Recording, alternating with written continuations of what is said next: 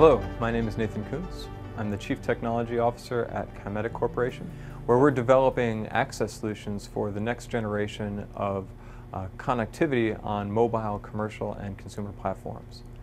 Historically, one of the big problems on those platforms is that they've been restricted to frequencies between 300 megahertz and 3 gigahertz for mobile communication solutions.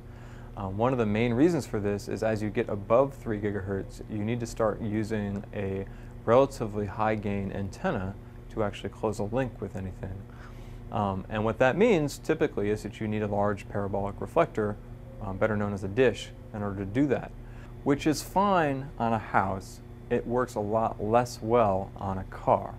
On a mobile platform, in order to form that link, one actually has to take that dish and spin it around on gimbals in order to close a communications link.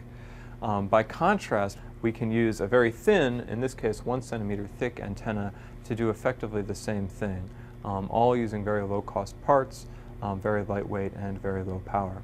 At Kymeta, we've been focused on delivering the antenna technology which can solve that problem. Next to me is an example of what that looks like. You can see an antenna that's only about a centimeter thick, and this is actually an antenna that can electronically reconfigure itself to ensure that it will stay locked to a satellite operating not at 300 megahertz or 3 gigahertz, but all the way up at 20 gigahertz, an area where high throughput satellite connectivity can be achieved. Kymeta has primarily been focused on the development and delivery of that antenna technology, but we recognize how important it is to deliver a complete solution. And that's why at CES 2014 we partnered with our friends at UI Evolution and Toyota, and we wanted to demonstrate what a completed solution would look like that could provide high bandwidth satellite access to automobiles that otherwise wouldn't be able to access it. Here's how that service works. We start by broadcasting a signal from a satellite. There's a horn up there which is mimicking the action of that satellite. That's coming down and being received by our antenna down here. This antenna is reconfigurable so that when I move it, it'll actually reform its beam and continue to close a link with that horn. From that point, the data comes out the edge and is brought down to this silver box, which then creates a content server that can be accessed by this head unit. So the head unit software was provided to us by UIE, the head unit itself was provided to us by Toyota, the antenna and satellite connectivity technologies were provided by Kymeta. But we didn't stop there. We really wanted to make sure we had a good solution for one of the other features of satellite connectivity that can be troublesome. In particular, the fact that satellites can be blocked by things like trees and buildings and other infrastructure. So what we've done is we've set up what we call a carousel.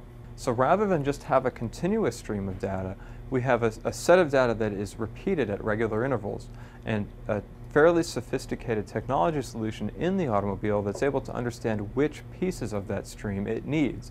If it misses those on the first pass, it's able to pick those up on the second pass.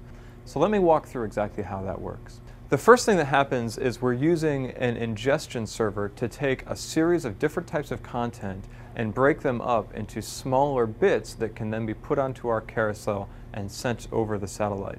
In this case, we're sending all sorts of different types of content, including internet radio, over-the-top video, map information, weather information, and a software update all at the same time. We can do that because of the high capacity in our link. So that's brought in here, broken up, and then sent on our carousel.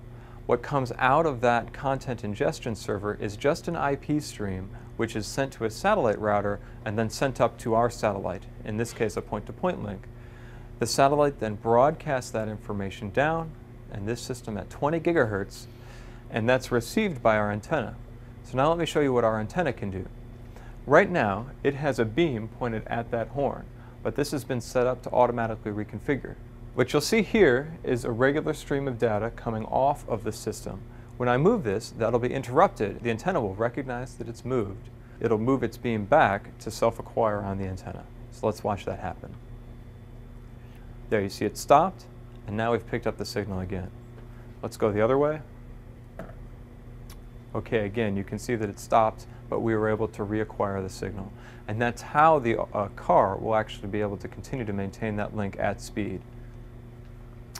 Once we've gotten that signal into this system, it's picked up again by another satellite router on the automobile, and that feeds a new IP stream into what we call our silver box. That silver box is bringing that content in and piecing it back together so that it can be accessed by the head unit here. So now we've had a chance to go through, and one thing to note is when I moved the antenna, each time I moved it, I had a small blockage, just like we would have had with a system being blocked by a tree or a house or any other type of infrastructure. And so we lost a small amount of information. But now that we've had a chance to go through that carousel again, also because of the speed at which we can go through that carousel, we've picked up all of the information. So over here you can see that we've been able to update our software.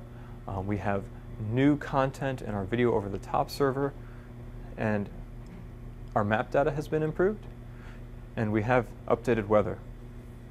So those are just a few examples of the things that you can do with a large pipe into the car, but we felt that this was a helpful way to show what would be enabled with this kind of a very large pipe.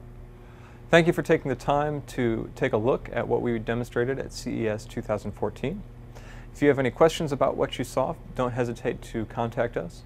But before I leave you, I do want to say a big thank you to our partners in this endeavor, both UI Evolution here in the city of Seattle, as well as Toyota, who provided us with the head units and other infrastructure from Denso.